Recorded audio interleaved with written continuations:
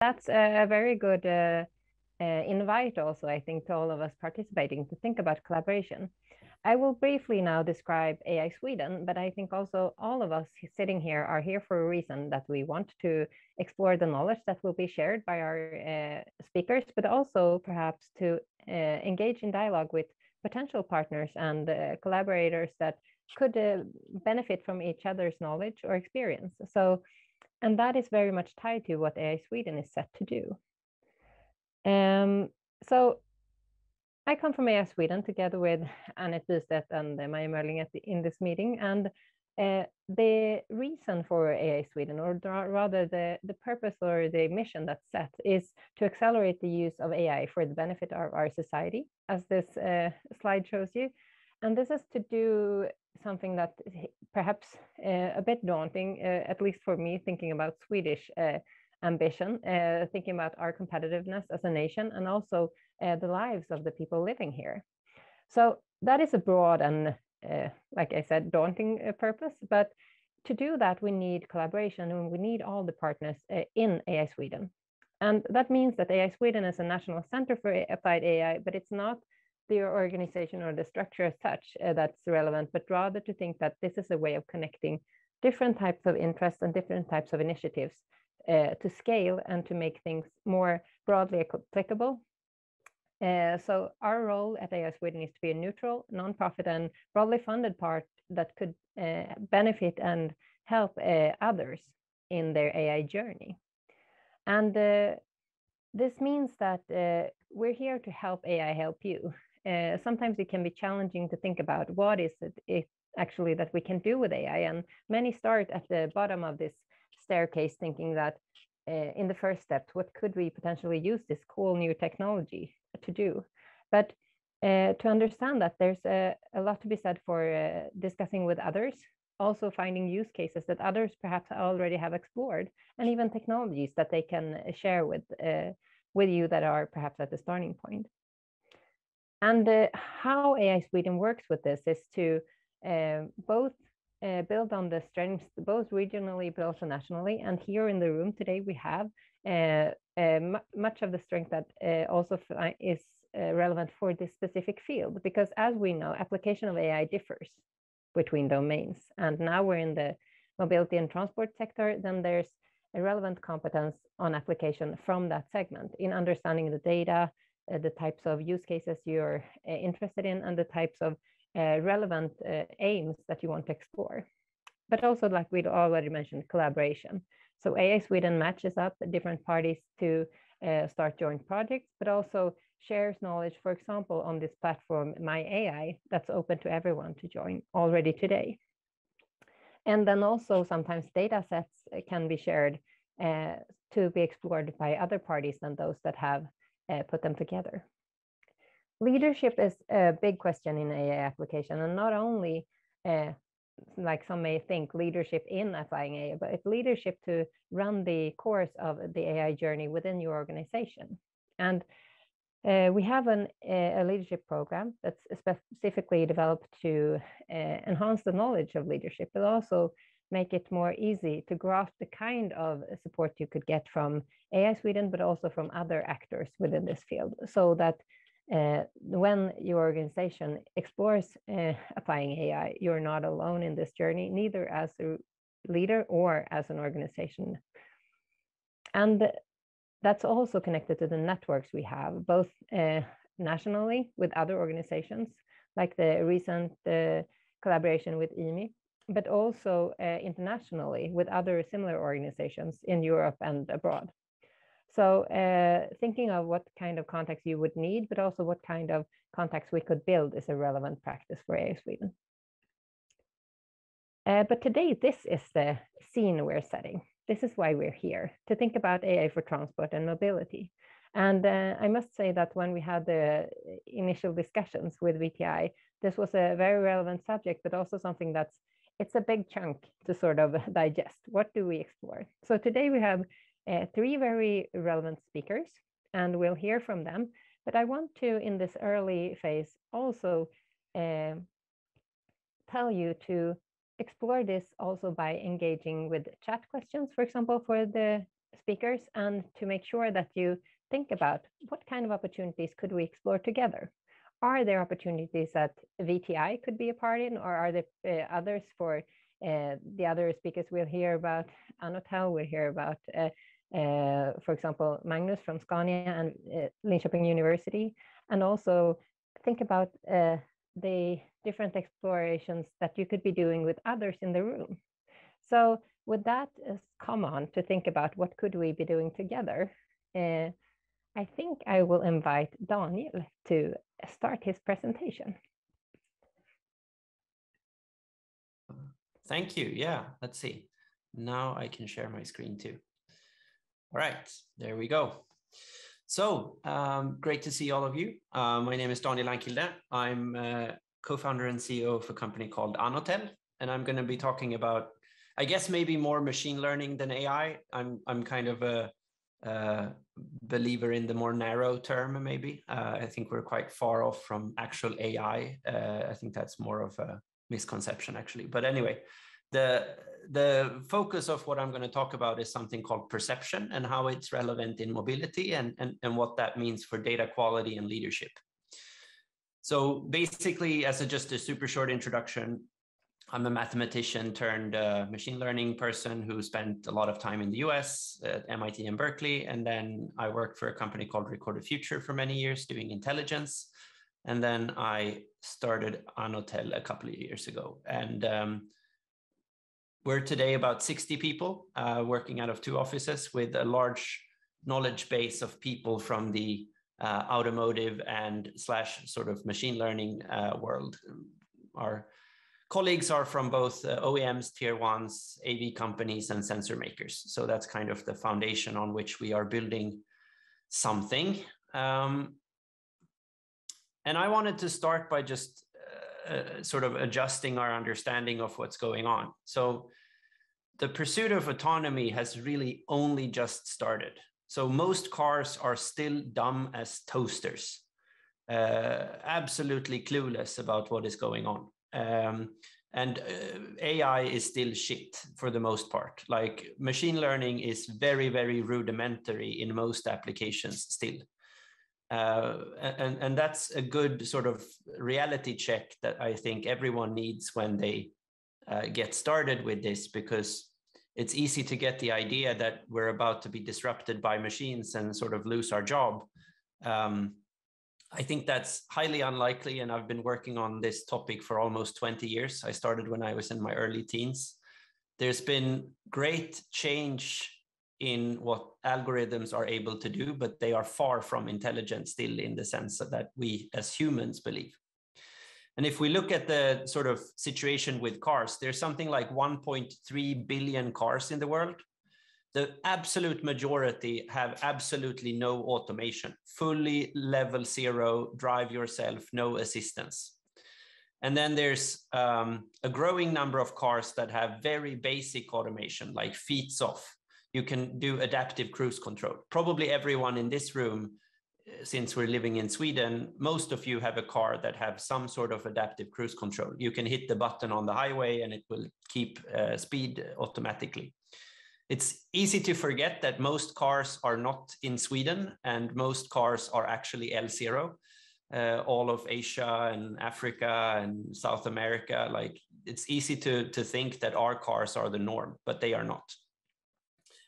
And then besides that, if we go to sort of level 2 and what Tesla is promoting as full self-driving, that's a partial driving system. It has nothing to do with full self-driving, and it's only meant to keep your hands off the wheel for controlled subsets of driving.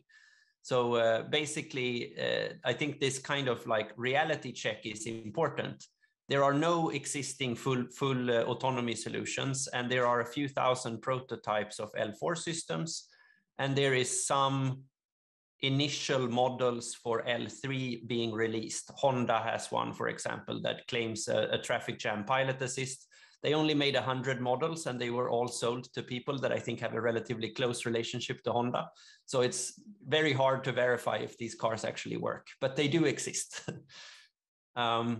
And if we look at sort of the time it's going to take for penetration of autonomy in this sector, so kind of a tricky graph to read, but if more than 50% of cars are L0 today, and the remaining about 45% are L1, and then a tiny, tiny sliver down here are L2, like the Teslas.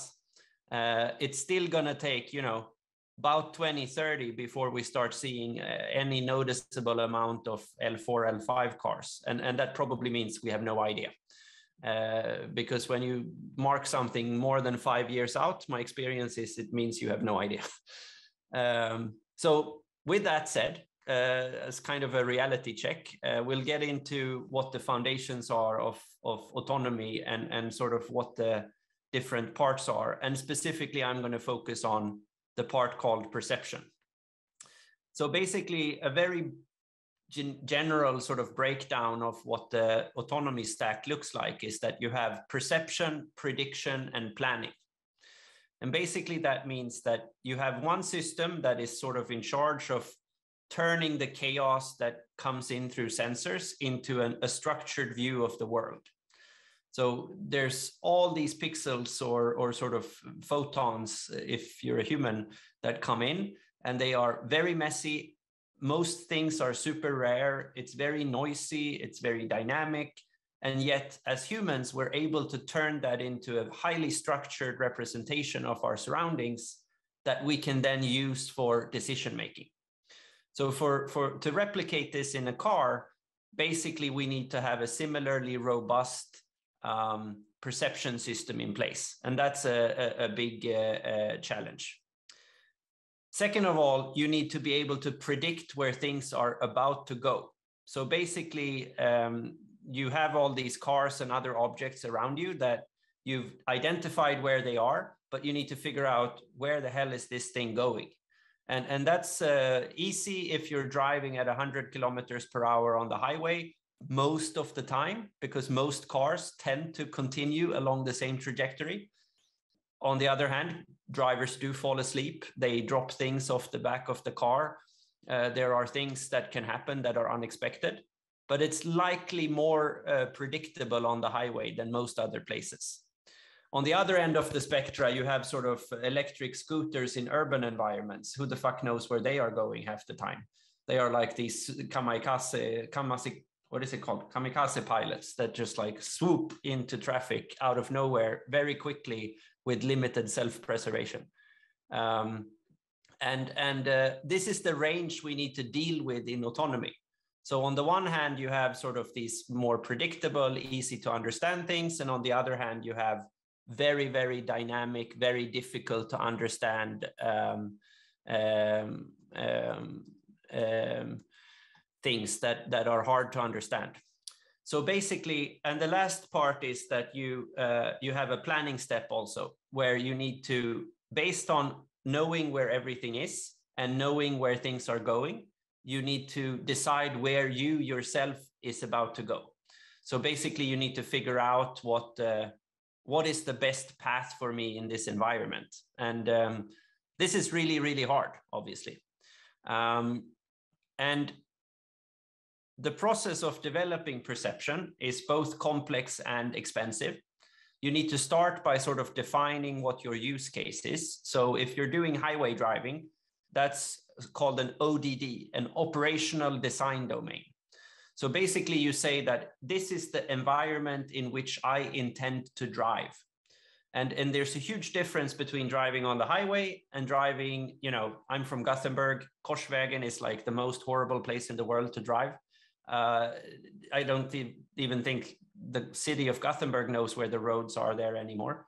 But anyway, that's the kind of thing, like if you want to deal with those two things, they are very different operational design domains. And then you need to basically figure out, and here is when it gets more technical, how do I sample my ODD? And that basically means, how do I collect a suitable snapshot of the environment in which I intend to drive, such that I can guarantee or at least try to learn the things that are going on in that environment. And that's very, very hard. Anyone who has been involved in sampling at some point knows it's hard. For those of you who haven't, opinion polls is a good example.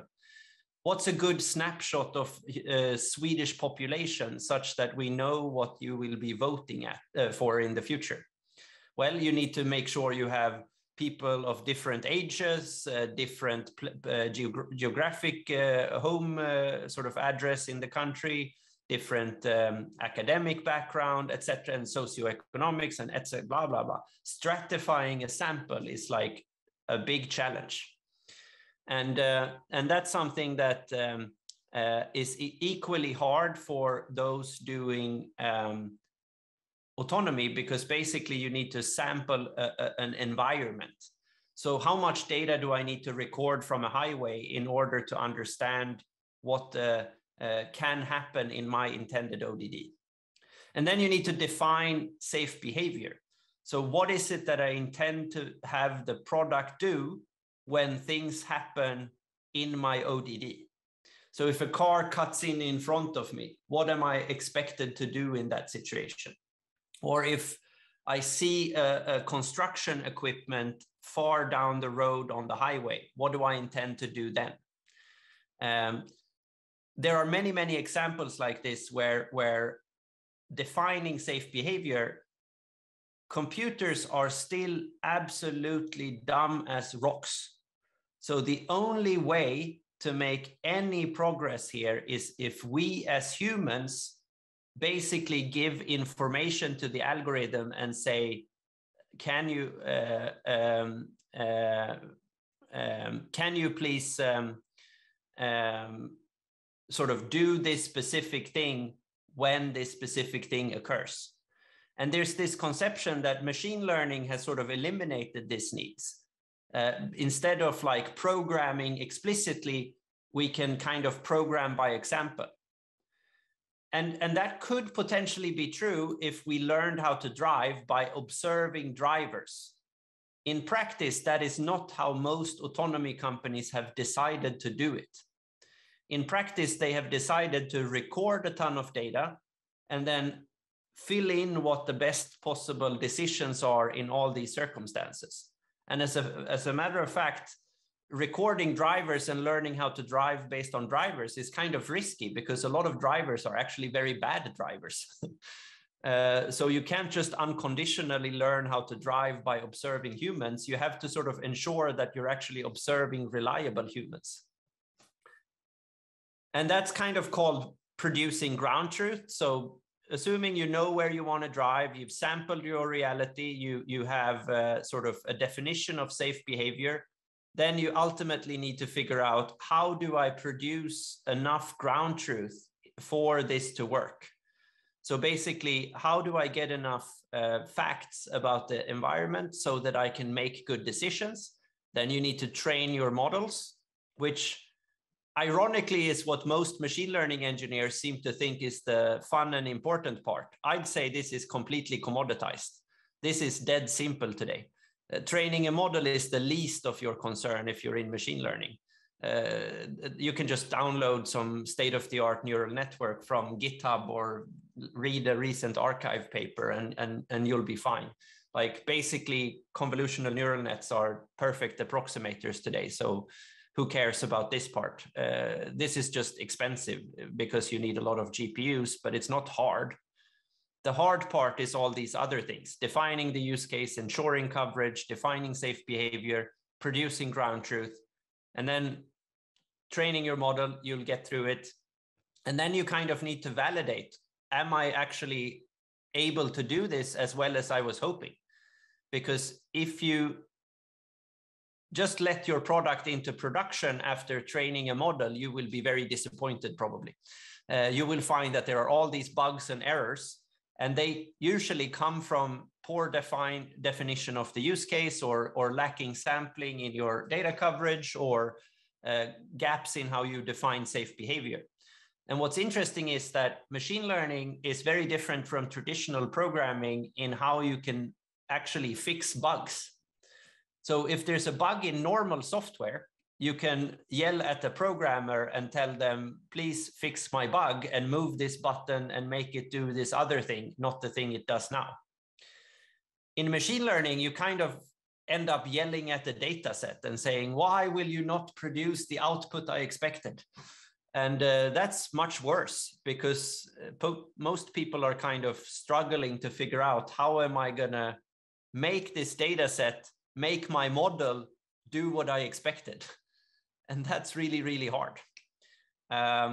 Luckily, there are solutions. So far, I've only focused on what isn't working and what is a problem and what is painful.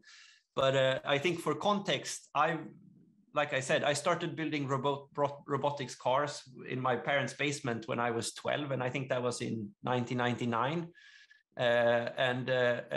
I've sort of struggled my way up from those very, very stupid little cars that I was building myself at the time to helping large OEMs and tier ones today.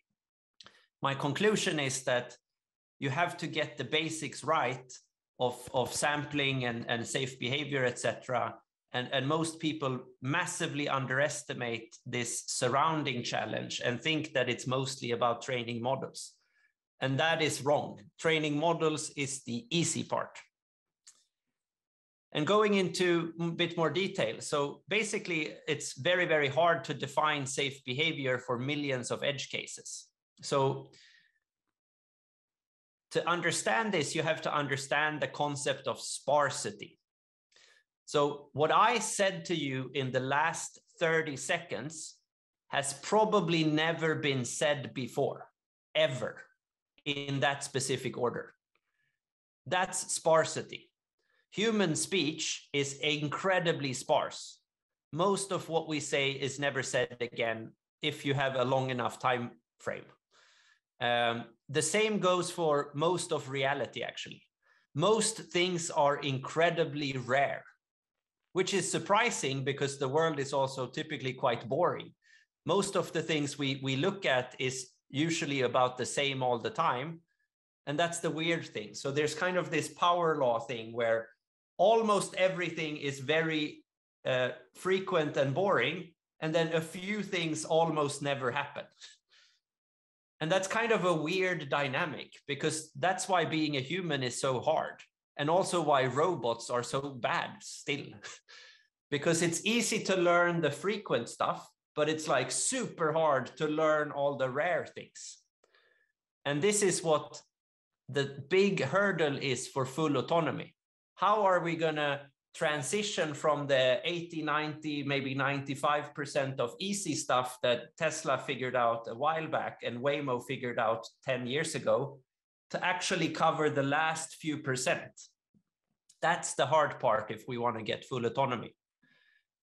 And this comes down to very, very detailed questions. So here is a bird's eye view of a highway scanned with a LiDAR, and then we've had humans make boxes around all the cars, okay? So bird's eye view, LiDAR is kind of a 3D radar laser thing, doesn't matter. It makes fun pictures. And then you draw boxes around the cars. Humans cannot tell you unambiguously where all the cars and trucks are based on a LiDAR scan.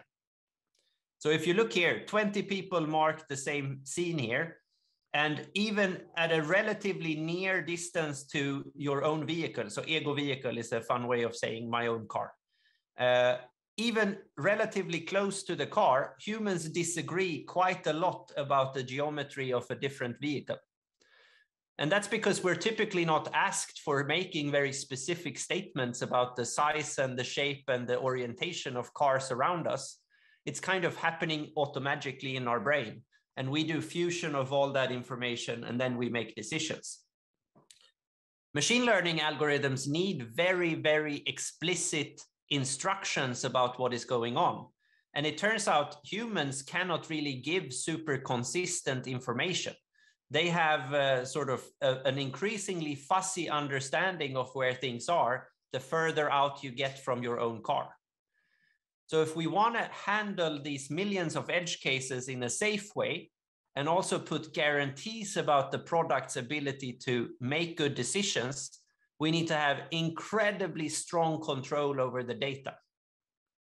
And it has to work for millions of frames, and it can look very different.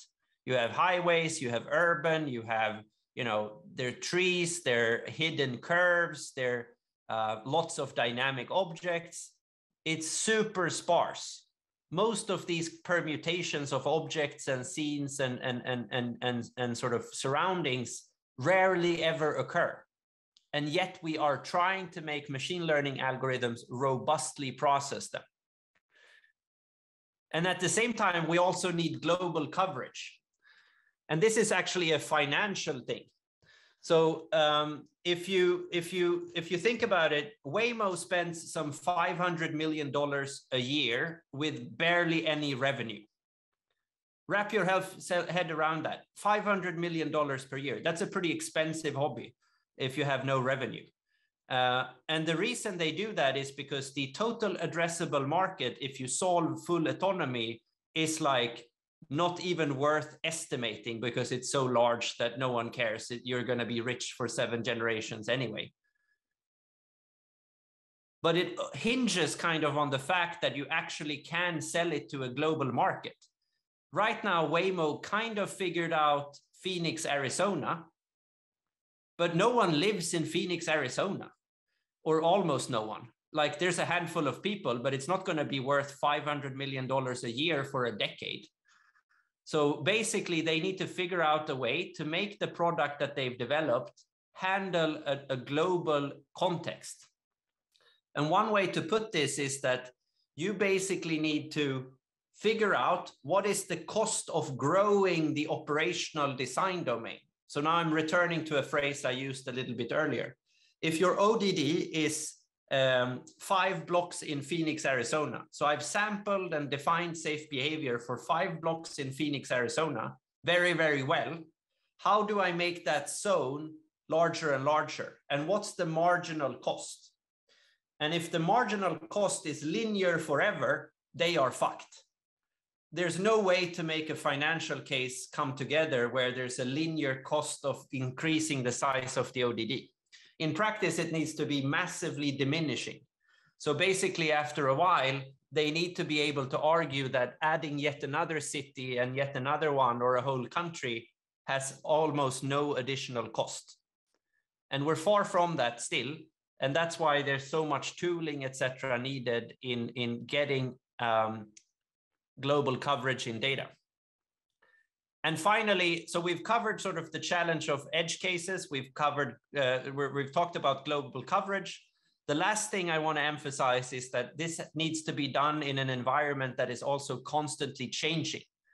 So you have new sensors, new objects, new behaviors, new regulation, new machine learning techniques, and that's just kind of the outer loop. Inside that, you have product development going on too, where you want to define new use cases, you need to adjust what your interpretation of safe behavior is. You might want to order more ground truth, you're retraining a model, and all this is going on at the same time that the world is changing and the world is super sparse, and you still need to make it work everywhere to have a financial case. So,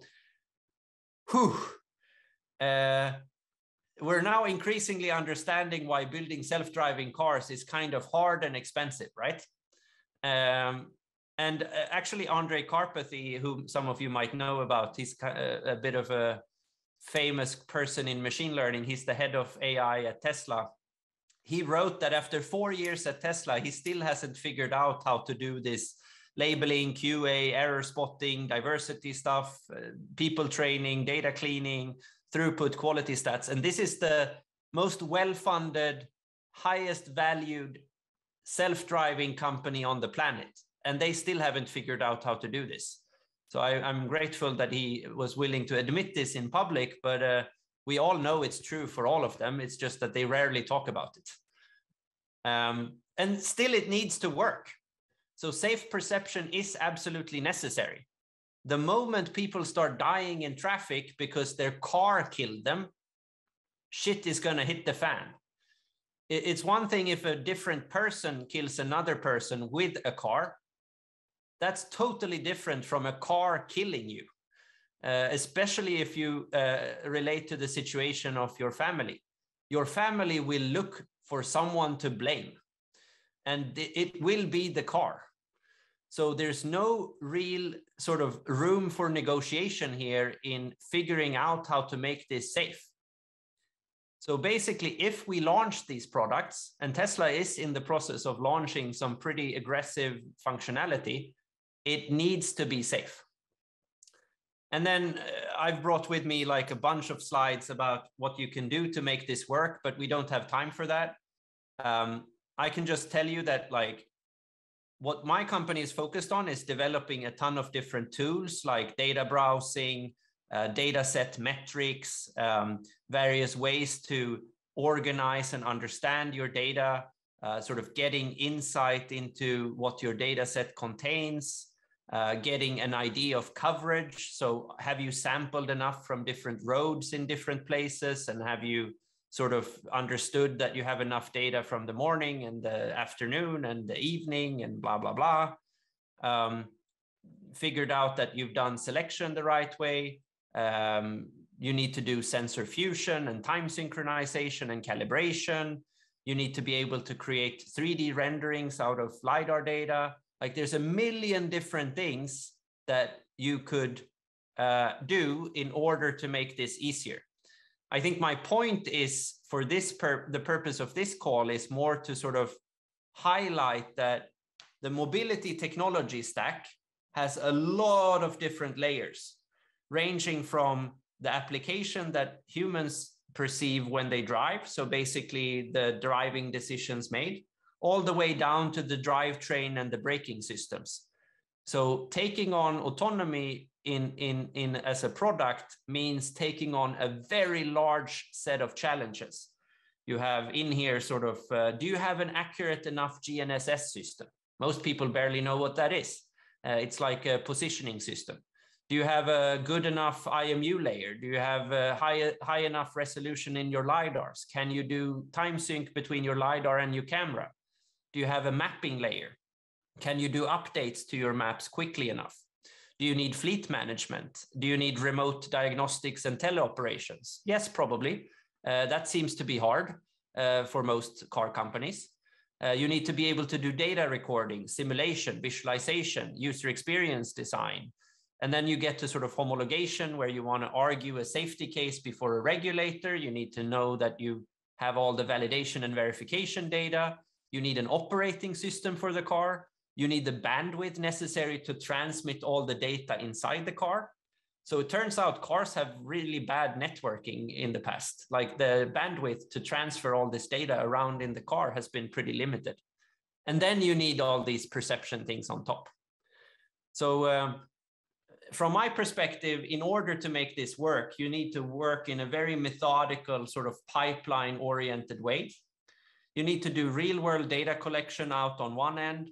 You might need some data generation. You need to have the ability to do data diagnostics early on, ensure data coverage, get the ground truth, do quality analytics, model training, safety and performance analytics, and ultimately regulatory approval. And all this needs kind of an interoperability layer too. So basically one big source of waste in these type of pipelines is that you have poor interoperability. So these different parts cannot talk to each other or cannot exchange data. I usually joke that the internet is just a series of adapters. And it's funny because it's true usually in that most programmers know that most time is spent writing adapters that transform JSON from one format to another one. And it's not exactly a great source of purpose in life, but it's a good way to make a living if you're a script kid. Daniel, anyway. I think we'll need to wrap up this to get some questions because we are starting to get them here as well. Cool. So perhaps we could get some input from questions we've gotten. Maja, do you have any that we could highlight?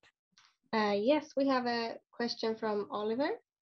If L4-5 automation is not to become a significant market share within the next 2 decades, why is adapting the infrastructure to downboard cars getting little attention? Sounds like we should have time to build the cars on rails. That's a fun question. Ironically, this is where I'm like not the mobility guy, actually. I mean, I've started with machine learning since day one, and I've kind of learned the basics of what's going on in mobility. I mean, we do have cars on rails. They're called trains, right? So I guess that's maybe one answer. The other answer is maybe that we'd like to believe that it's possible, and therefore money flows where, or like energy goes where money flows, something like that. I don't know. I don't have a great answer. I do, however, firmly believe it's going to take on the order of 1 to 2 decades before, yeah, I don't know if 1 decade is even enough. Like, even if Cruise and Aurora can demonstrate some pretty cool things, it's still in very limited ODDs, and I don't know how easy it will be for them to expand the ODD, actually. I think Jonas from VTI has a comment to make. Yeah, I was just so excited about, I think it was a very good presentation. I just was so excited about this question, so I have to add something. Because doing things in the infrastructure to support autonomous driving, I think is really important. And I think this was already started, been done in the PATH programs in the 19s on the west coast of the US with the magnetic nails and so on. Right. One point that I would like to make is that we have done testing with the electric road systems in Sweden to provide electricity while you're driving. And those they have the technology, at least some of them, to provide, let's say, support information to a vehicle that could, in some sense, make automation easy. I think that is a really interesting issue that is not being pursued so much yet. I just wanted to add that to this fantastic discussion. Interesting. And thank you for that comment, Jonas. I think we'll need to wrap this up. Daniel, it's been lovely to listen to you. And I think there's a lot of bubbling, both questions, but perhaps you'll get contact later on. So let's emphasize that opportunity of actually getting in touch with you directly, if that's a relevant next step for those attending today. Of course. So thank you so much for this, and we'll get your slides to share with the participants. I dropped my email in the chat too, in case someone wants to reach out. Perfect. And thank you so much. Now I would like to invite Jeanette Andersson from VTI to present the next step and also discuss perhaps some of these issues that we already heard about. I think there are links between the presentations here. So Jeanette, welcome, and the floor is yours. Thank you. Let's see if I can share my presentation.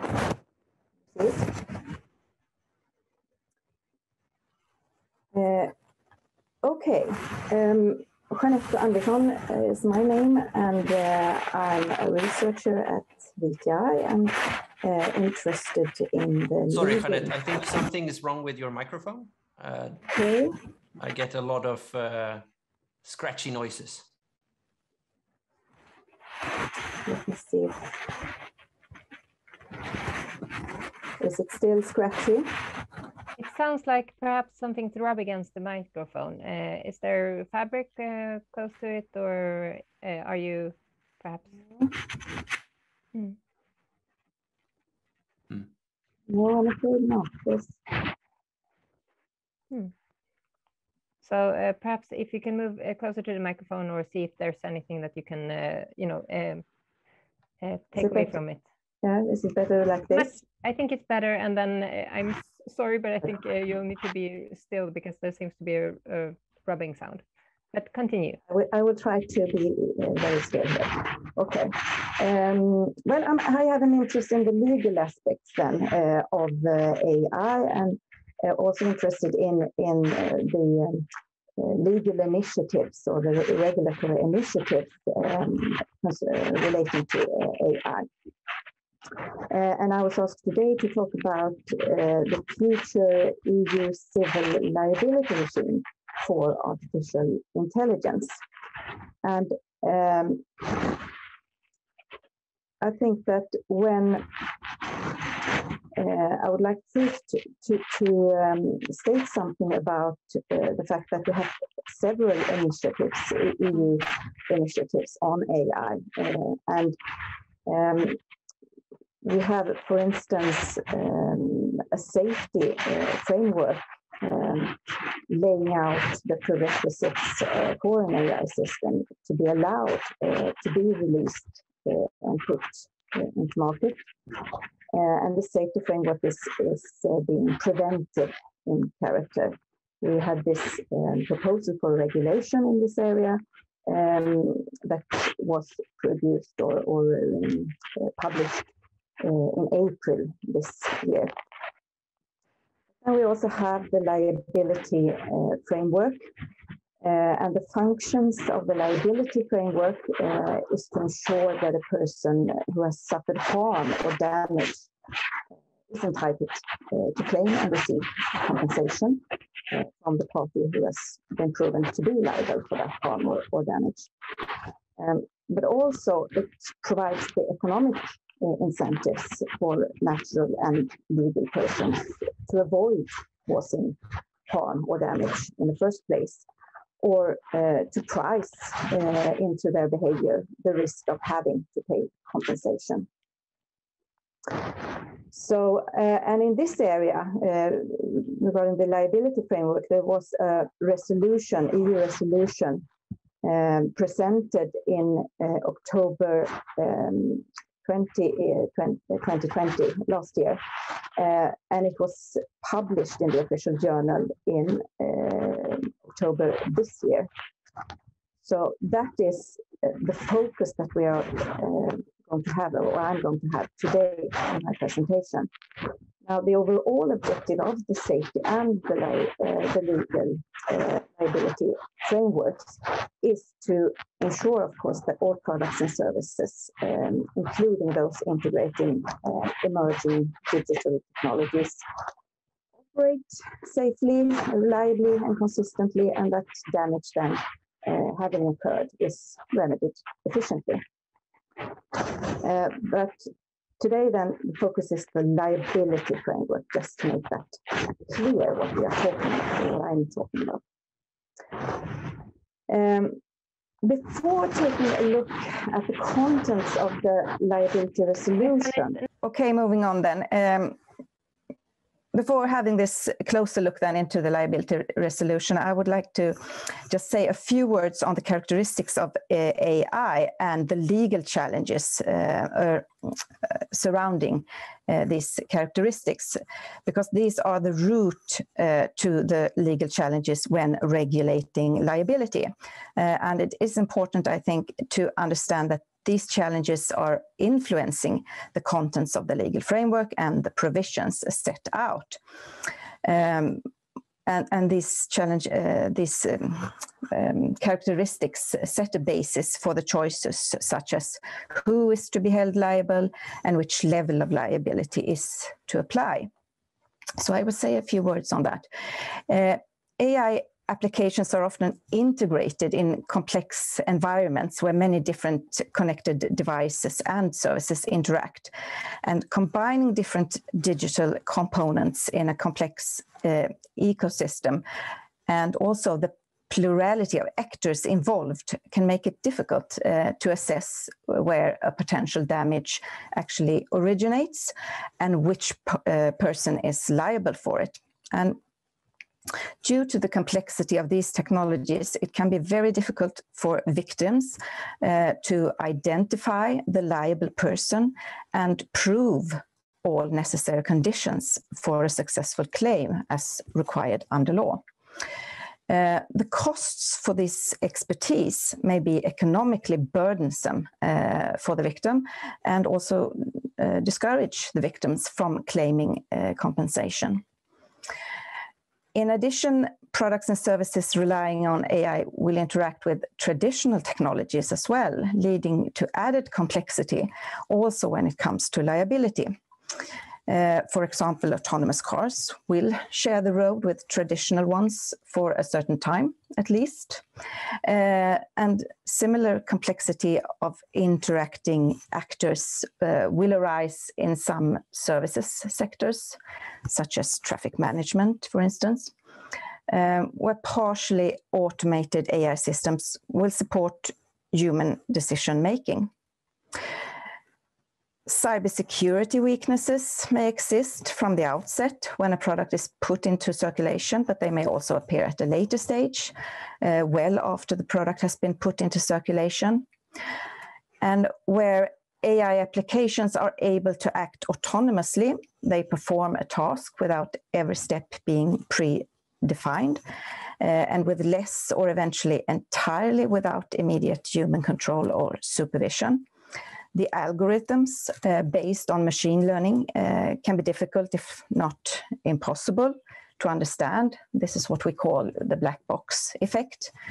And in addition to the complexity mentioned, due to this black box effect in some AI, getting compensation would be really difficult and to be compensated.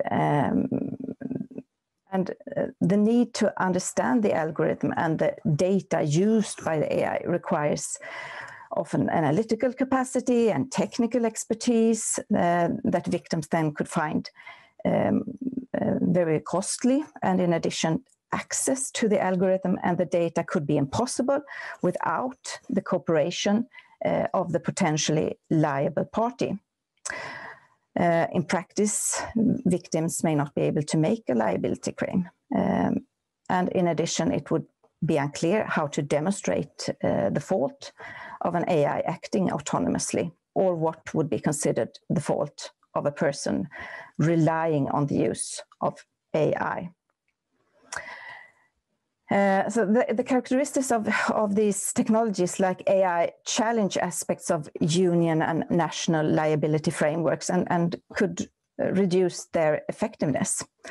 And some of these characteristics could make it very hard to trace the damage back to the human behavior, which could then give grounds for fault-based claim according to national rules. And this means that liability claims based on national laws may be difficult or overly costly to prove, and consequently victims may not be adequately compensated. And of course, it's important that victims of accidents of products and services from these technologies, such as AI, do not enjoy a lower level of protection compared to similar or other products or services for which they would be compensated under national current law. So this is the complexity and the legal challenges when looking into these initiatives and regulating AI. Looking into this specific resolution then, the principles and aim of this liability resolution is set out, and I have stated a few of them here. First of all, the European Parliament considers that a genuine digital single market requires full harmonization by means of a regulation. So this is what they are proposing, a regulation for full harmonization, which should then enter into immediate effect in every country, such as member country, such as the GDPR regulation. Also, new legal challenges posed by the development of artificial intelligence systems have to be addressed by establishing maximal legal certainty throughout the entire liability chain. So this is what they have been suggesting, including the producer, the operator, the affected person, and any other third party. These rules should strike a balance between efficiently protecting then the potential victims of harm or damage, and at the same time providing enough leeway to make the development of new technologies, products or services possible.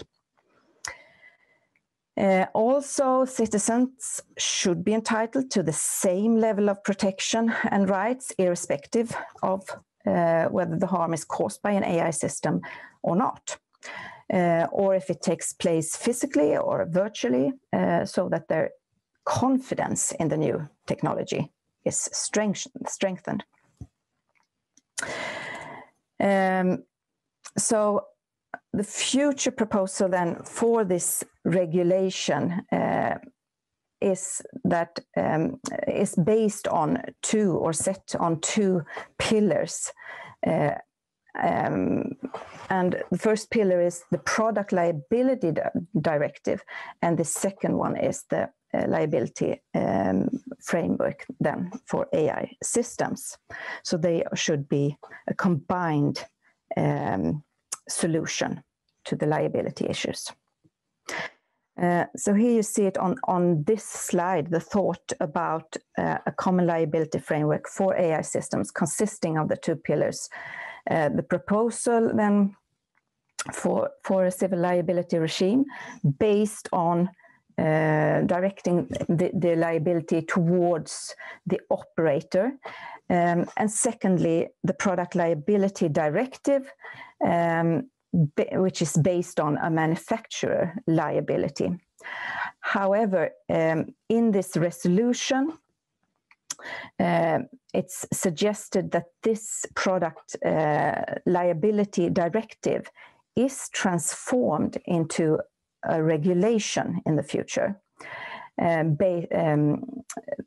setting out then clarifications on a number of concepts of the directive, such as products, what are products, what is damage, what is the producer, and so on, relating it or incorporating also the AI situation.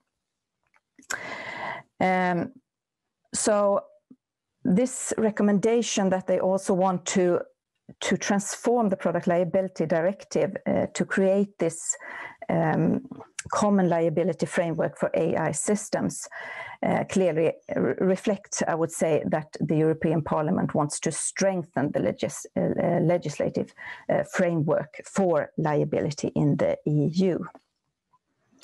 Now, moving on. This resolution then on liability is quite, it's not so extensive as the safety regulation. It consists of 5 chapters, some general provisions, then a focus on high-risk AI systems, and then also setting out liability rules for other systems than high-risk AI systems. And then there's a chapter on apportionment of the liability.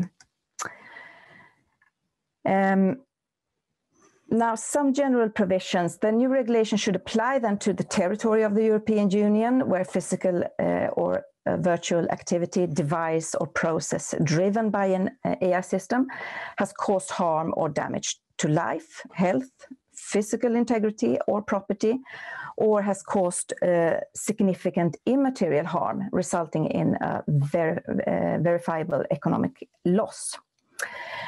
Also, the general provision sets out that an agreement between the operator having the liability and a natural or legal person which circumvents or departs from the rules of the resolution will be considered null and void. So this liability system will be mandatory. Then we have some relevant definitions that I also would like to mention. AI system, it's very difficult it seems, in regulation to define AI, and in this resolution, it's set out to be to mean a system that is either software-based or embedded in hardware devices, and that displays behavior simulating intelligence by, for instance, collecting and processing data, analyzing and interpreting its environment, and by taking action with some degree of autonomy to achieve specific goals. So that is what is considered to be an AI system. It's also worth mentioning the definition of high risk. High risk in this resolution means a significant potential in an autonomously operating AI system to cause harm or damage to one or more persons in a manner that is random and goes beyond what can be reasonably expected. And the significance of the potential depends on the interplay between the severity of the possible harm or damage and the degree of autonomy of decision making, and also the likelihood that the risk would materialize, and the context in which the AI system is being used and the manner. As mentioned, the liability is directed to the operator, and it is suggested that under this new proposed regulation, the concept of operator includes both front-end and back-end operator. And the front-end operator then should be defined as the natural or legal person who exercises a degree of control over risk connected with the operation and functioning of the AI system, and benefits from its operation. Whereas the back-end operator should be defined as the person who, on a continuous basis, defines the features of the technology, provides data and essential back-end support service, and therefore also exercises a degree of control over the risk connected with the operation and the functioning of the AI system. The European Parliament proposes then to create a twofold liability regime consisting of high-risk and low-risk systems. For high-risk AI systems, there will be a strict liability, and for other AI systems, there will be a fault-based liability.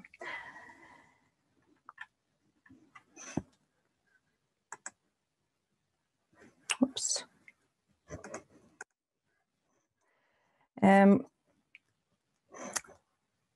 The operator then of a high-risk AI system will have strict liability, as mentioned, and all of these will be listed in an annex to the regulation.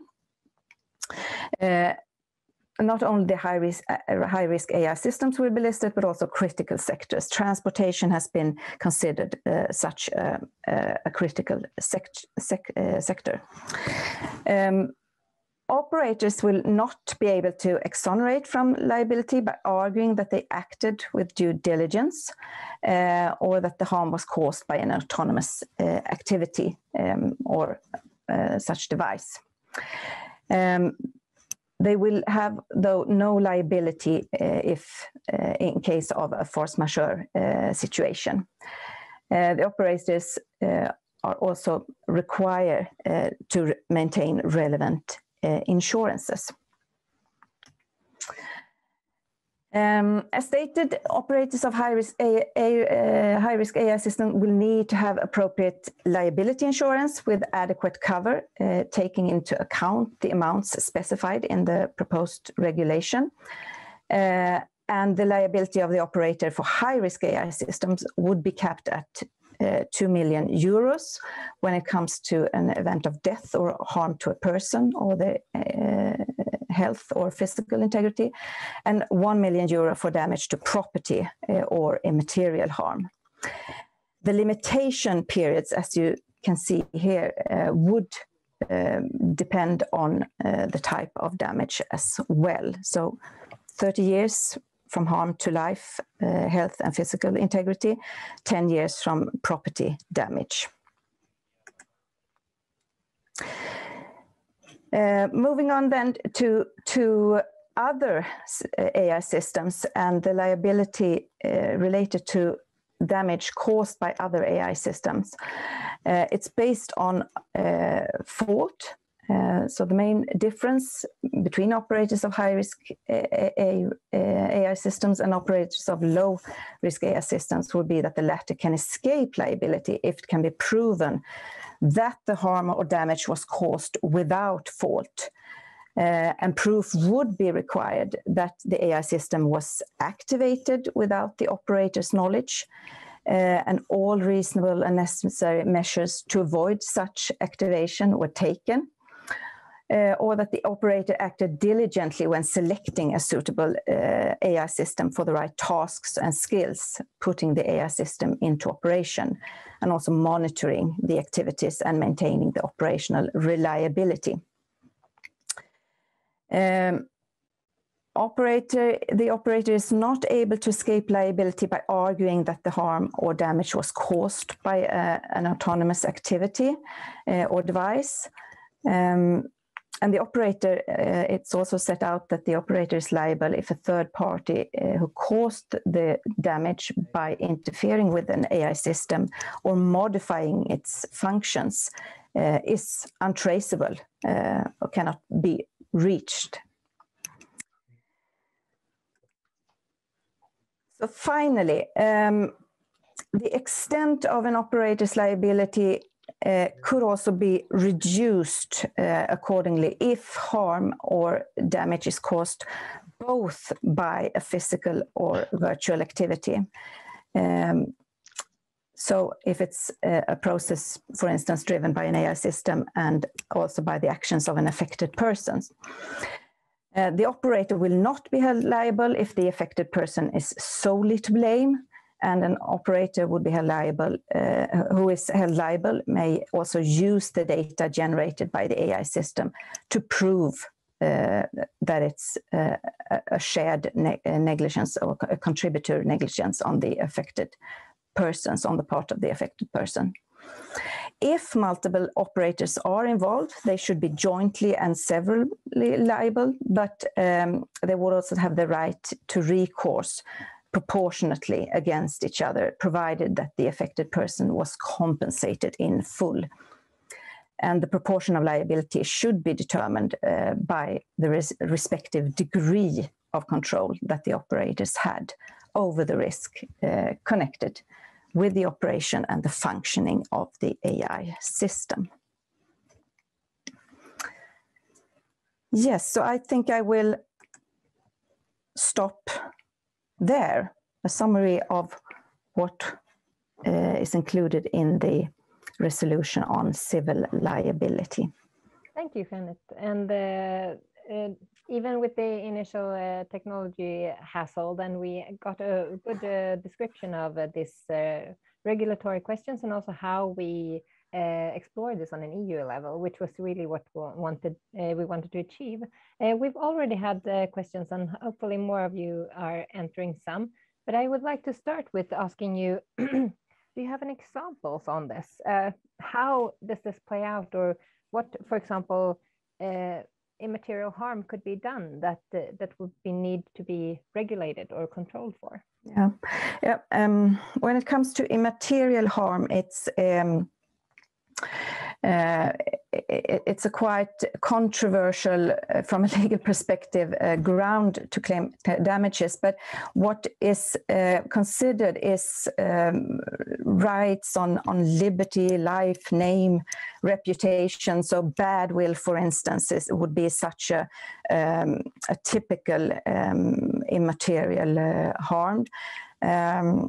Other types of immaterial harms could be mental suffering, bodily deformity, mental distress, and so on. So it's concerning damage to personal interests, more kind of. Excellent. That's a clear answer. And Maja, do you have any chat questions to raise? We do have one question. Let me see. It's from Daniel. how is this high-level regulation expected to harmonize with, for example, international safety standards? In mobility standards like ISO 26262, SOTIF, ASIL, and soon perhaps ISO 5083 or other upcoming standards. These standards intend to regulate things like the absence of unreasonable risk. I guess EU law will supersede such standards. When it comes to these regulatory initiatives, and there are a few of them, and this particular liability regime, I would say that, and I mean, there's still much work to do with these because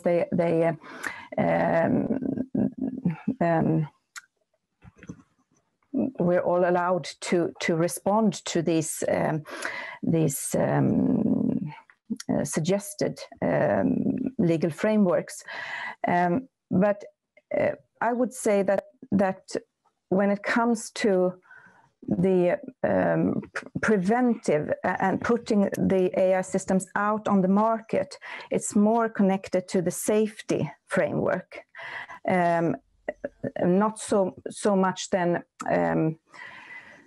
on this liability framework. The liability issue is to some extent more, from a legal perspective, more easy to regulate, even if it has some very particular characteristics here with this divided liability levels that we see: strict liability as opposed to fault-based liability, which is typically the case, or has been typically the case in legislation. But it's more easy because it's the afterwards scenario. So I would say that those standardization issues and other regulations concerning those topics is more related to the safety framework. But it also everything needs to be coordinated, and high risk and what is high risk and high risk AI system. I mean, it should be listed here in this liability framework, but it of course needs to be coordinated as well to the regulation concerning the safety framework, so that we talk about the same thing. Yeah, so that's a way of supporting the use of these, perhaps also the application not only legally, but also for the steering of technology development and such. So in that way, I think that what you're saying now is we could make it more helpful in that sense as well. So thank you so much, Jeanette, and we will now take a bit of a break. So if you unshare your presentation, then we'll take a quick break and meet again in 5 minutes. So I hope we're all returning a bit more energized, and perhaps also with some movement or coffee or whatever energy you needed during the break. So Magnus, you could share your slides and we'll soon get rolling. Okay.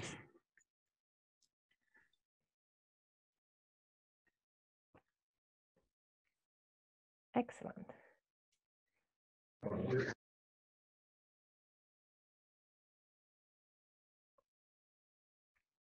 So. Excellent. So welcome, the floor is yours. Thank you very much.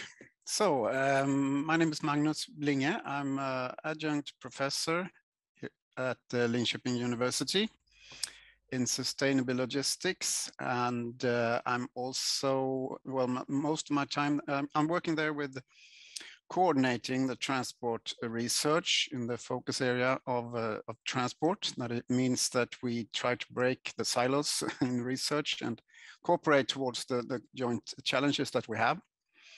So I'm not doing any particularly research myself at the university, but more coordinating the activities and strengthening the opportunities that we have. But on the other hand, most of my time I work at Scania at a department called Research and Innovation Office.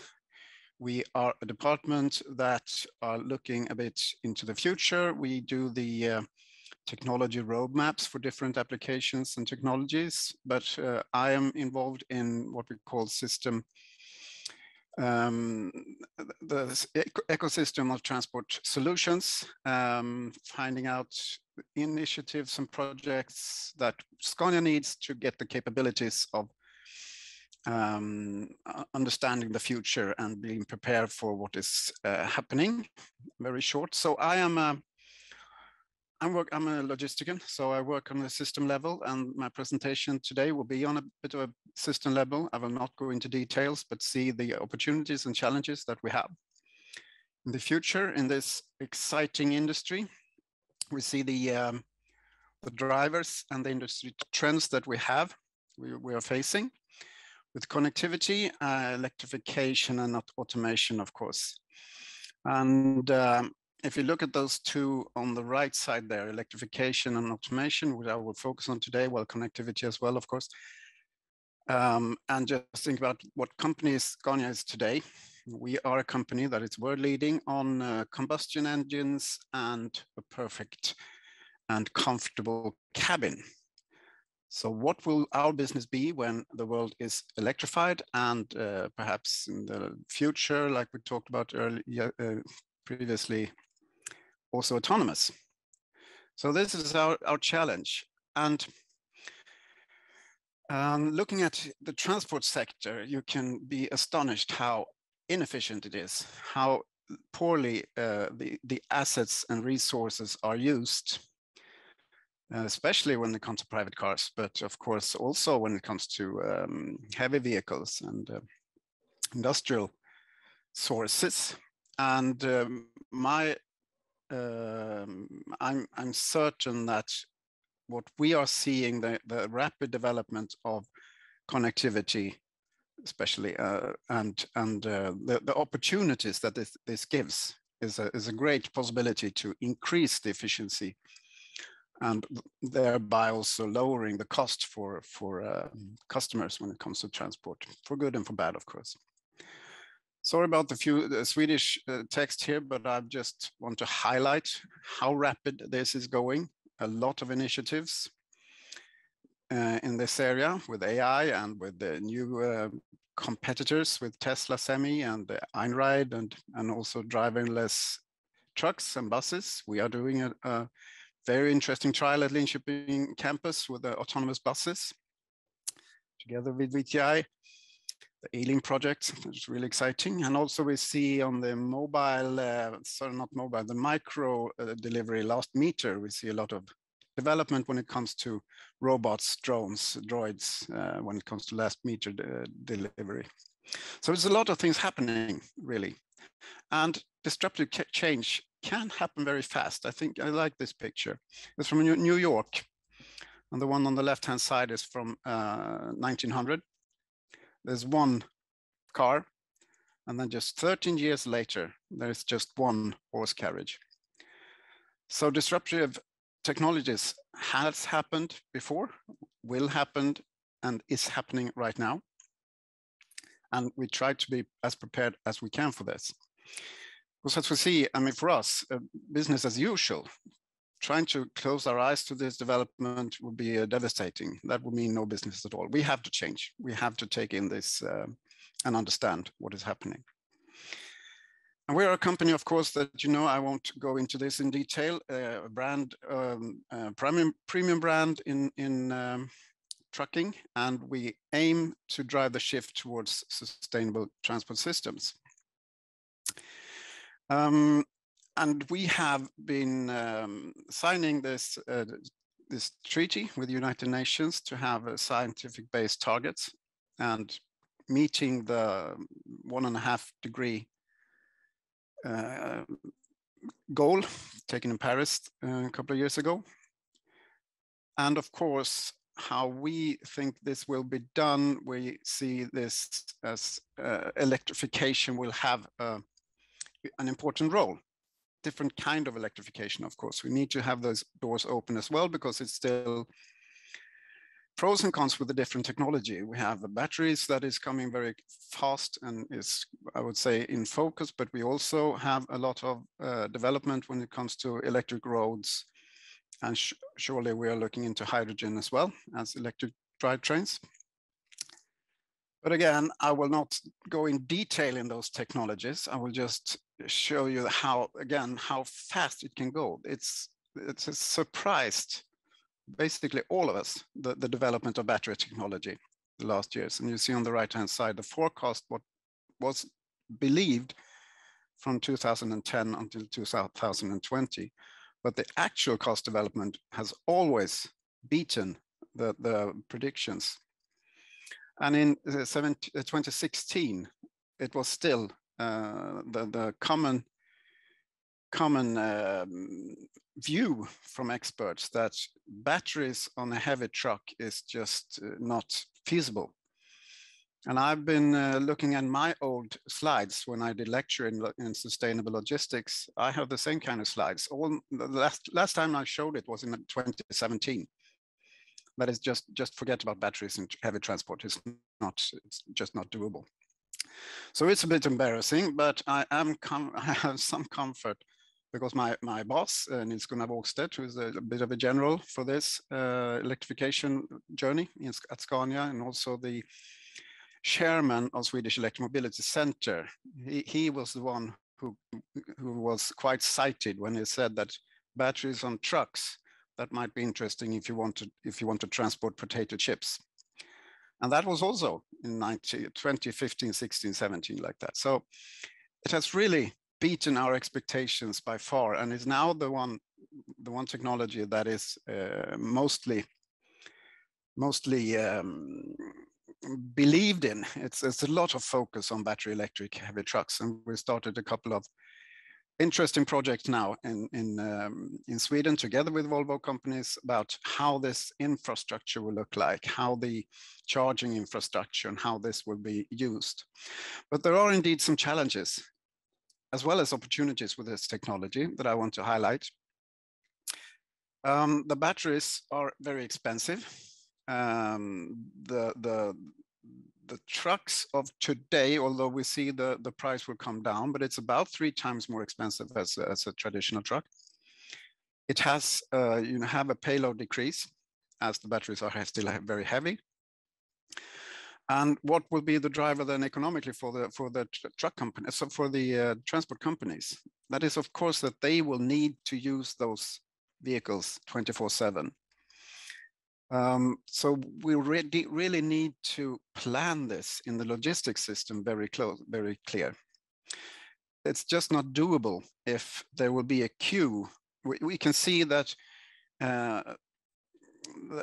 the permission, you are allowed to drive 4.5 hours, and then you have to take a rest due to regulation and laws, and that's of course good. So we think about, okay, 4.5 hours, and then you can charge for 45 minutes. And looking from a helicopter view, that is definitely possible. But looking from a transport company, logistics company's point of view, it's just not acceptable to have a queue on these charging stations. If every truck driver wants to eat their lunch at the same time, it won't work. So we really need to get this into the logistics planning, when to charge and where to charge and things like that. And also for when we start with the regional and city distribution with electric vehicles, it's of course where we start, but the plans is then to charge overnight when the trucks are not used. But that is based on the present situation where the trucks actually are not used in the nighttime. That works, but again, if you have an expensive resources, you want to utilize it much more. So you probably have to have public charging stations as well, also for regional and city tasks. So planning is definitely needed, and for that we need much more digitization and digitalization, and get this into the logistic system very much. We have also, of course, other challenges. That is apart from the infrastructure, charging infrastructure that I talked about, it's also the grid capacity that is okay in many places, but there are still lack of grid capacity in many places, also in Sweden.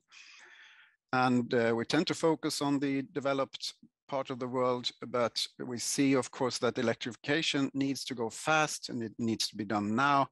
And in many parts of the world, they just don't have enough electricity and definitely not grid capacity for these kind of systems.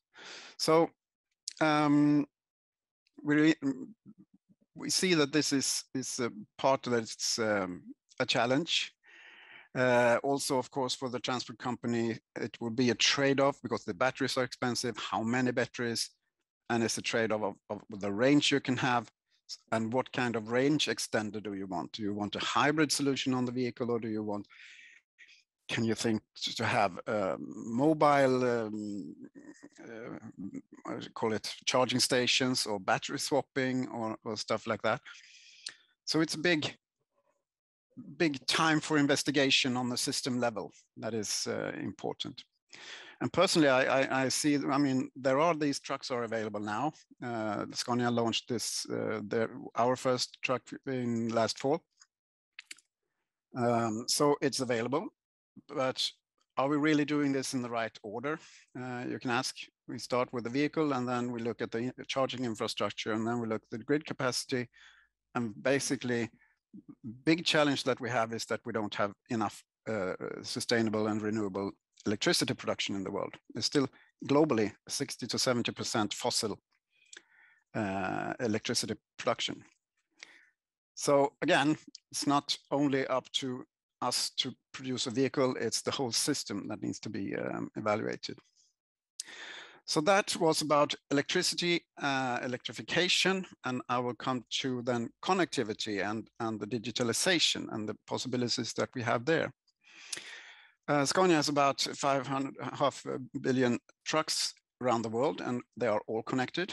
We gather data from that, and that has mainly been the purpose to ensure that the vehicles are being able to use 24/7 to be the diagnostics for the engine and stuff like that. But we have only the last couple of years understood what a gold mine this is when it comes to data and data finding services that comes to digitalization and data. So it's a lot of work ongoing in servitization at Scania right now as well.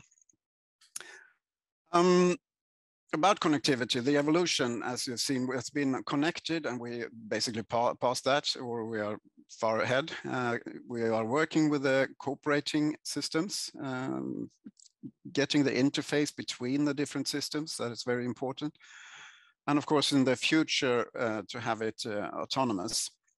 And looking at autonomous, like you said, Daniel, it will take time. It will definitely take time before we're there. Perhaps not the vehicle technology, because that is already here, basically. But it's, again, the interface with other systems that need to be improved. On the left-hand side there, you see the Einride that is running today on public roads, but it's just a couple of 100 meters on a place, but it works. And we have our autonomous vehicles in confined areas, in mining areas, and it can be in harbors and where it's very controlled. But what I'm convinced is that automation will happen much faster in the heavy sector than in the private sector. And that's just to look at the operational cost of trucking, where the driver cost is very high. It's 37% today. And again, when for Scania, what happens when you don't need the fuel and you don't need the driver? What will be our business then? But coming back to the autonomous, that I think it will be much faster in the heavy industry is the cost of drivers. So you have an economic incentive to do that. But also that trucking, to be a truck driver, is not very popular work for young people. We see already today a shortage of experienced truck drivers in Europe. UK has had severe problems already when they closed their borders for European truck drivers. And as an example, you could say that in the driver, the average age of a European truck driver is 58. And it's really difficult to attract young people for this job. It's uncomfortable, you're a lot away from home and things like that. So there is a huge incentive to try to develop autonomous heavy vehicles. So we'll see what happens with that. But again, I will prefer to start with what we are here and now and give some examples. We are looking at platooning with the driver and only the first vehicle. You can see there is a positive business case because you don't take away all drivers, but a few of them. And it's quite a low-hanging fruit. This technology is working. We have tested that, of course. Problems are, of course, how this will work in a real situation. We in heavy traffic, and there's a lot of challenges in this still, but it's something that might be very much of interest for us, and we see it as a way to full automation on public roads. So basically, perhaps it's not just talking about autonomy, it's better to talk about automatization. We don't believe in this frog leap towards autonomy, but we take it step by step. Start with what we can, start with the positive things, and then continue with the parts that is dangerous for drivers, for human interaction. Try to remove that and try to remove the monotonous aspects of trucking and transport. So take it step by step is a strategy that we believe is the right way forward. Some other example, one example that we had was on off-peak delivering at night, and this was made possible because the electrification. The electric vehicles are very silent, and the rules and regulations for trucks in the night is based on the technology from the 70s, basically. So we have tested this in real time doing deliveries from Harvey Logistics, who make all the transport for McDonald's companies. So we tested transporting at night to 6 different McDonald's restaurants in Stockholm.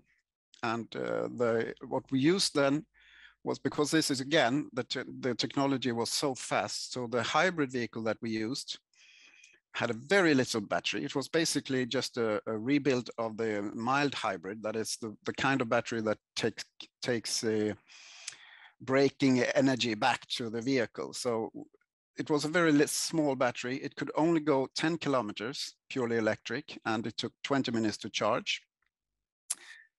But even so, in this case, we used the Scania zone technology, that is geofencing.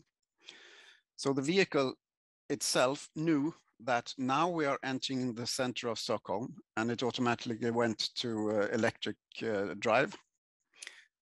And with this system, we could reduce the fuel consumption by almost 40%. So it was a very successful trial. And again, nowadays the plug-in hybrids can go 40 kilometers, and the pure electric can run for 200 kilometers. So just a couple of years later, this technology was obsolete.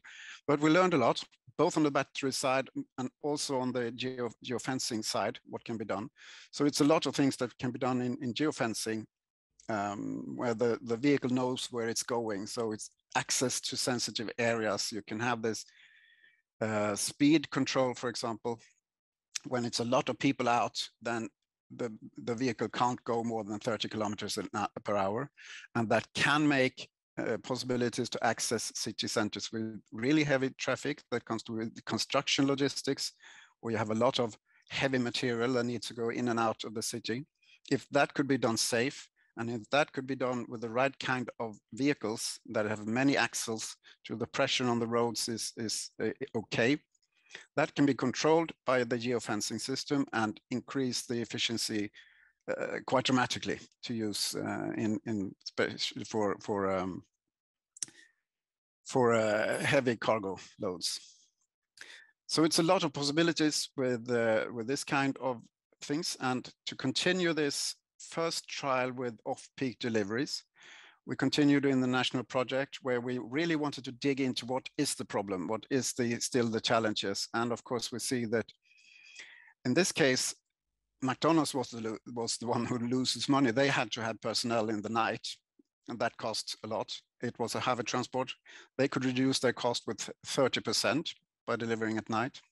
So we have to figure out something here. And we saw that it's actually a question of digitalization again. We need to be able to make this unmanned delivery, that McDonald's don't have to have any personnel at night. That could be done by the driver. So what is needed then? So we looked into this. You needed connected goods. That we know that the goods are going to the right place, into the right vehicles. So connected vehicles. So every vehicle knows what cargo is on that vehicle. And then when you approach the McDonald's restaurant, you see that it's the right vehicle with the right cargo. Then you get a digital lock for the driver, the 15 minutes temporary digital lock. So the driver could go inside, put the goods on the right place in the McDonald's restaurant, and with the knowing that it's a safe and secure delivery, because no one will have a proof of delivery in that situation, but that can also be done digital. And we look at the regulatory hinders and with this digitalization, and we saw that nothing is hindering it, but nothing helps either. So you have to have contracts between business to business here. And again, last but not least, that the regulations really must be updated regarding electric vehicles. Today is no reason to have a ban on electric vehicles in the nighttime. So this is how digitalization have already been or is a big part of our business. But I just want to continue with that. It has changed the way of doing business. And you can just look at Uber.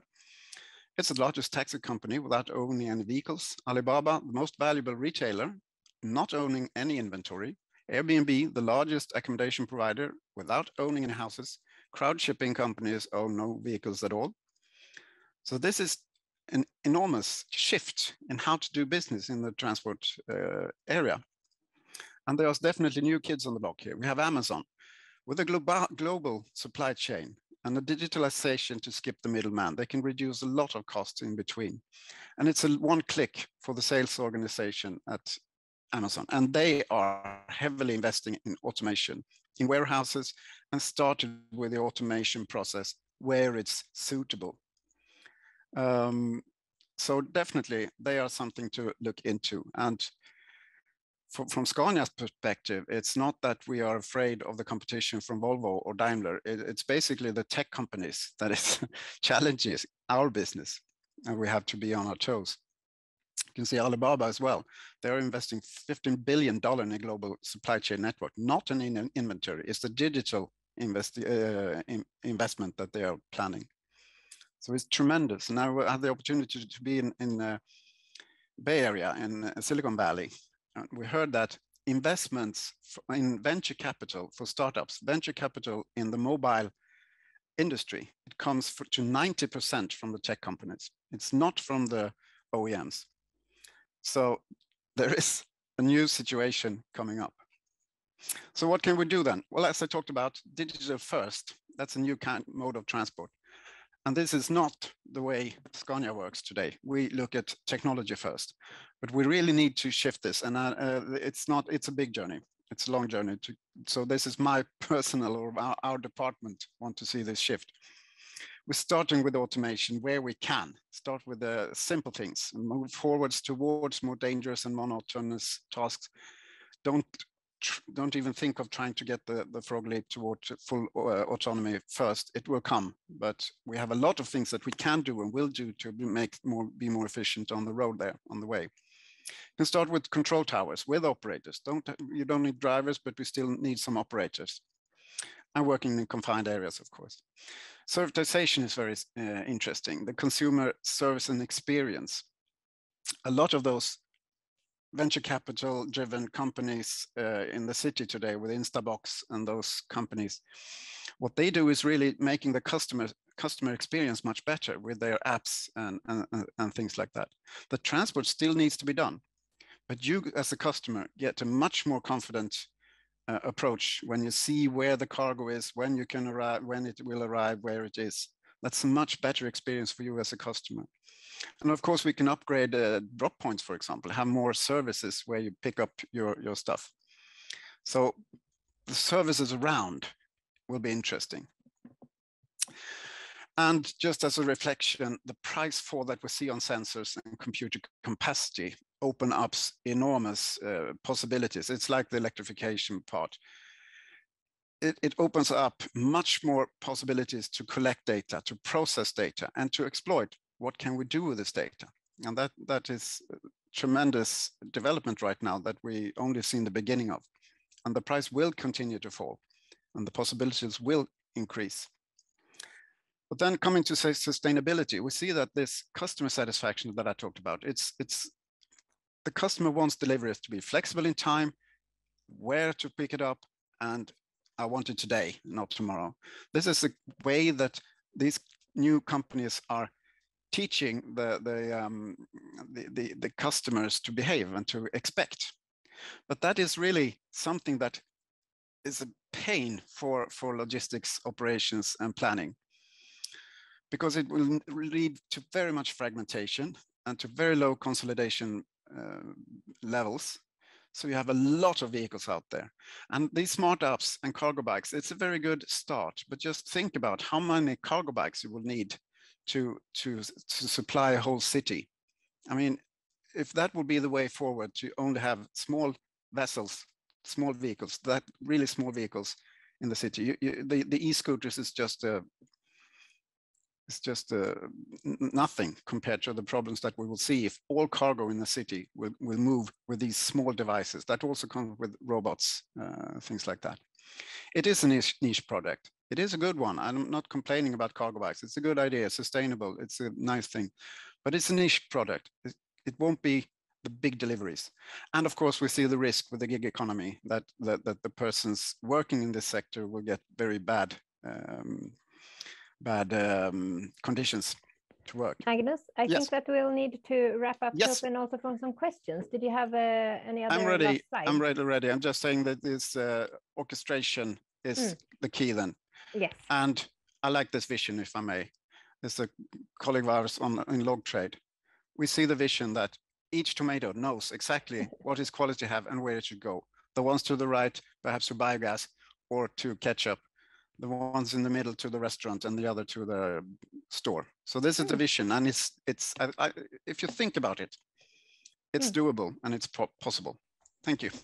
Thank you so much. And are there any questions for Magnus? Because we do want to have you here if there are any questions. I'm myself is very intrigued by the connection you have to servitization, because that was very clearly shown both in the examples, but also you briefly also showed it on your slide that that's a development that ties together with this digitization and electrification as another trend.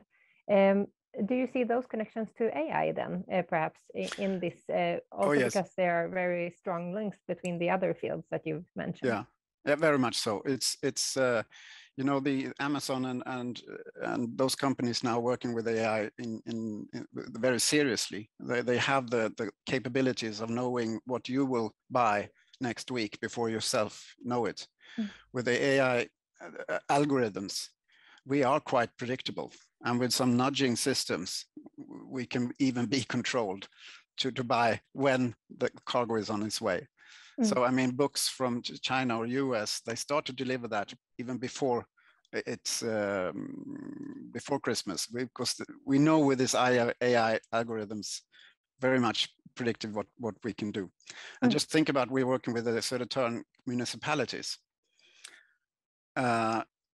They want to, have an AI tool that can show exactly what kind of food and other goods that can be delivered to all their municipality, the schools, the kindergartens, the hospitals.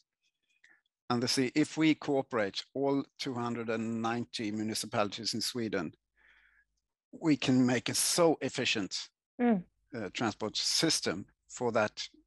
If we learn to use digitalization and AI.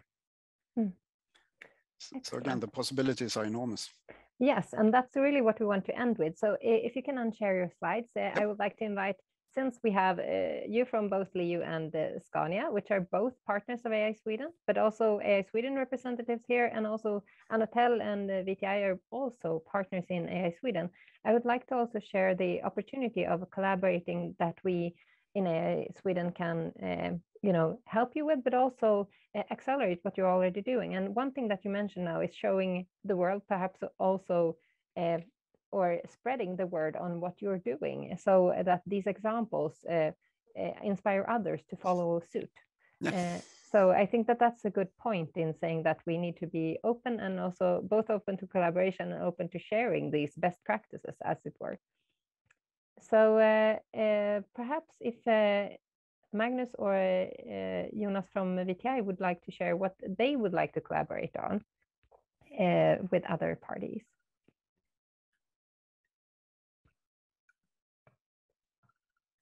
Should I start or should... Go.